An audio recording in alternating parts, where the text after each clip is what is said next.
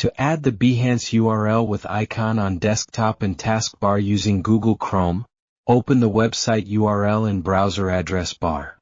Click the three-dot menu in the top right corner of the Chrome window. Go to Cast, Save and Share. Here you can either install the page as an app or simply select the Create Shortcut button. You will have the option to name the shortcut. A shortcut will be created on your desktop while opening its folder in File Explorer. Close the browser window to view the shortcut on desktop screen.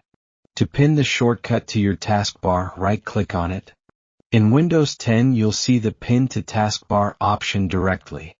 If you're using Windows 11, select Show More Options first, and then click on Pin to Taskbar.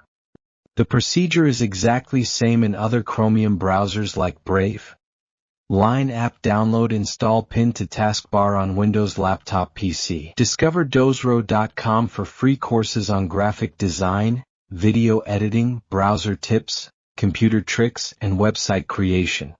You'll also find an impressive range of products, most priced under $20. Don't forget to like the video and subscribe to the Dozro channel. Thank you for watching.